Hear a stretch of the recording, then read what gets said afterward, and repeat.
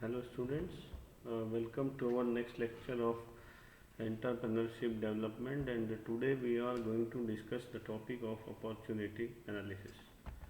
Opportunity analysis को समझने से पहले I think we should understand the meaning of the word opportunity. हाँ, सभी लोगों ने SWOT एनालिसिस में अपॉर्चुनिटी वर्ड को पहले से पढ़ा होगा, तो I think that we should clarify the concept of the word opportunity. An opportunity is a chance to take advantage of a situation. Opportunity क्या होता है? किसी भी सिचुएशन को के बेनिफिट को, एडवांटेज को लेने के लिए लिया गया एक chance, that is called an opportunity. Hindi में इसको अवसर बोलते हैं. This opportunity may be to do something new to earn the profit. Business के रिगार्डिंग अगर मैं अपॉर्चुनिटी की बात करता हूँ तो ये अपॉर्चुनिटी हो सकती है कि कुछ ऐसा नया वेंचर, ऐसा नया आइडिया जनरेट किया जाए जिससे कि बिजनेस को और ज़्यादा प्रॉफिट बिजनेस में अर्न किया जा सके.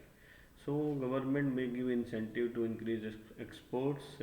You may start an export unit. अगर गवर्नमेंट एक्सपोर्ट के लिए कुछ इंसेंटिव प्रोवाइड कर रही है तो आप एक एक्सपोर्ट यूनिट स्टार्ट कर सकते हो, गुड्स प्रोड्यूस कर सकते हो एक्सपोर्ट के लिए. एंड लाइक ए पर्सन में find opportunities in solving a problem. तो ये सब चीज़ें हम कह सकते हैं कि ये अपॉर्चुनिटी में हम लोग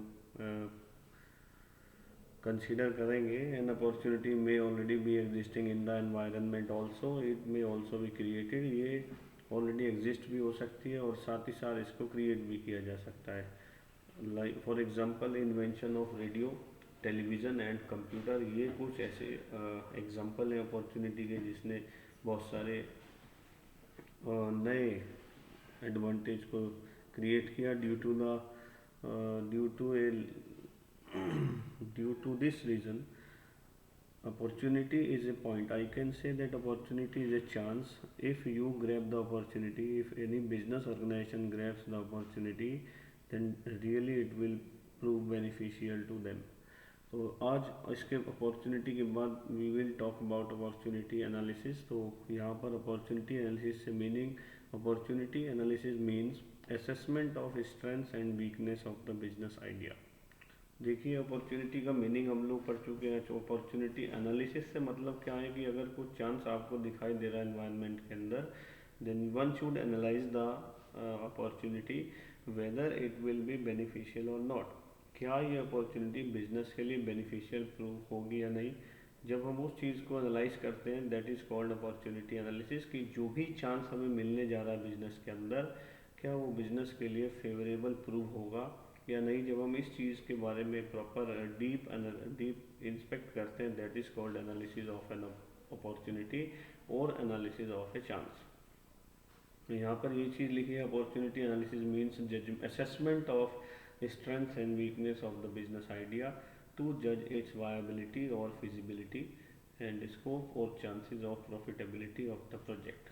जैसे कि हम लोग पढ़ाया भी कि किसी भी चांस को, किसी भी अपॉर्चुनिटी की स्ट्रेंथ और वीकनेस, बिजनेस आइडिया के स्ट्रेंथ और स्ट्रॉन्ग पॉइंट्स और वीक पॉइंट्स को असेस करते हैं, जिससे हम ये जज कर सकें कि जो अपॉर्चुनिटी हम ग्रैब करने जा रहे हैं, अप्लाई करने जा रहे हैं, उसकी वायबिलिटी और फिजिबिलिटी क्या है. What is the meaning of the word viability और फिजिबिलिटी? दैट इज स्कोप और chances of profitability of the project. So before a decision to implement new ideas, it is necessary to study in depth of their profitability and viability so that the venture may be successful and there may be reasonable return on investment. Such studies are called opportunity analysis.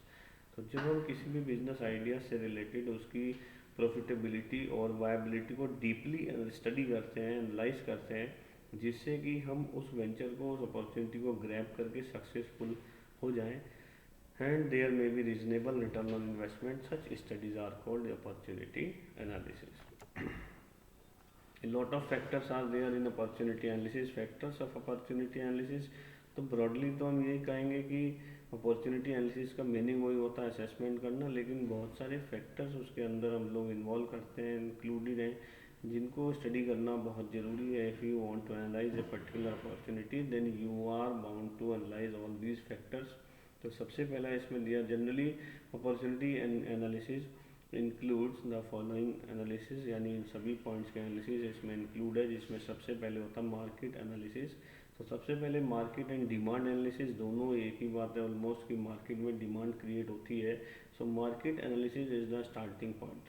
Generally यही कहा जाता है कि market analysis एक starting point है opportunity analysis का।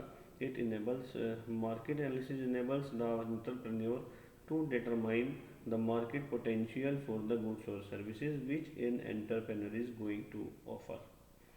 He can adopt most suitable technology and optimal size of the plant to achieve economics of scale. तो सबसे पहला यही एनालिसिस होता है मार्केट और demand analysis, because the size of the project and technology to be use depend very much upon the demand potential of the product.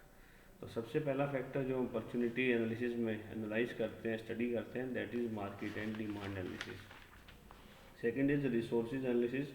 Resources analysis में ये देखा जाता है कि जो भी रिसोर्सेज इसमें इन्वॉल्व होंगे, जिसमें यूज़ किए जाएंगे, वो सब उन सब का क्या यूटिलाइजेशन है, क्या उनकी रिगार्डिंग कितनी प्रिपरेशंस हमें अभी करनी है, ये सब analysis regarding resources we have to make it under the study of opportunity analysis. Third is technical analysis.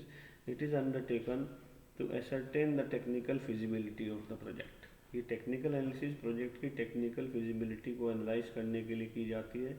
If this analysis indicate that project is not technically feasible, there is no sense in pursuing the business idea any further, तो हम इसको यहीं पर बंद कर देंगे, इस opportunity को ग्रैब नहीं करेंगे। So this is an another analysis जो कि अपॉर्चुनिटी एनालिसिस में एक मेजर रोल प्ले करती है। Next fourth point is their business environment analysis. Business environment analysis, जैसा कि आप लोग पहले से भी पढ़ चुके हैं कि एनवायरनमेंट में बहुत सारे फैक्टर इंक्लूड हैं, उन सभी फैक्टर्स को एनालाइज करना चाहिए। Lot of external factors are included in business environment. So if you want to analyze an opportunity, you should consider all each and every element, each and every factor of business environment. Next is very important aspect financial analysis. तो आप सब जानते हैं finance is the life blood of the business. तो financial analysis undertaken to determine the viability और profitability of the project and the financial resources required to meet the cost of product और service. ये सबसे important point है, सबसे important analysis है, because finance is the life blood of the business और finance is the objective, यानी कि profit is the objective of the business. तो ये एनालिसिस मेजर रोल प्ले करती है किसी भी अपॉर्चुनिटी को एनालाइज करने के लिए। Next one is risk analysis. अभी जनरली हम लोगों ने पढ़ा है और सुना है, higher the risk higher will be the return. तो रिस्क को भी एनालाइज करना बहुत आवश्यक है, ज़रूरी है, जिससे कि हम ये पता लगा सकें कि जो भी हम पैसा इन्वेस्ट कर रहे हैं कैपिटल के रूप में या किसी भी अन्य रूप में, वो हमारे लिए कितना सिक्योर है, what degree of risk is existing in this kind of opportunity. So risk analysis is also an important factor in analyzing an opportunity. Next is their plant location and layout situation. ये दोनों point भी जो हैं अपने आप में important role play करते हैं। What will be the location of your plant if you are manufacturing any product. तो ये जो लोकेशन ऑफ प्लांट है वो कैसी होनी चाहिए और प्लांट का लेआउट कैसा रहेगा, जिससे कि हम मिनिमम टाइम में और मिनिमम कॉस्ट में अपने प्रोडक्ट को प्रोड्यूस कर सकें और जिससे कि मिनिमम सेलिंग प्राइस में उस प्रोडक्ट को कस्टमर तक प्रोवाइड करा सके। So all these factors constitute the opportunity analysis. इन सभी फैक्टर्स को हम एनालाइज करें जिससे कि अपॉर्चुनिटी को एनालाइज किया जाए और ए कंपनी को टेक डिसीजन, कंपनी में be successful in taking a decision कि whether we should grab this opportunity और not. So all these factors should be considered.